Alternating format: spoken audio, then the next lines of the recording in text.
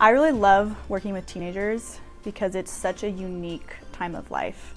I think sometimes it's seen as a really hard and frustrating age with development, hormones, social stress, phones now, but I really love it because I think it's such a unique time to connect in a specific type of development that if you're able to meet it when it happens, it can be really powerful for the long-term development.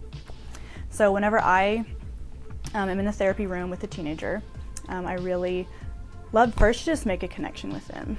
Sometimes that can just be like hearing what they have to say. It can be about their interests, about the drama that's going on at school, or maybe it's some like hard things that you kind of have to be patient and present with. And I really love to work towards earning their trust because teenagers are pretty aware of what people's motives are. And they also are pretty maybe afraid of being judged.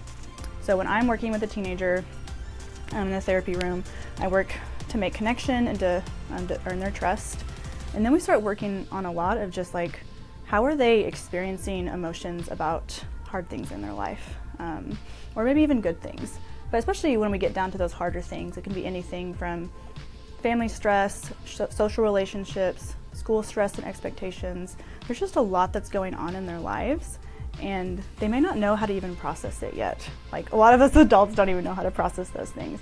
But whenever I'm able to meet them there and validate that their feelings are normal and okay, they get to they see that in themselves that, oh, these emotions and responses are normal.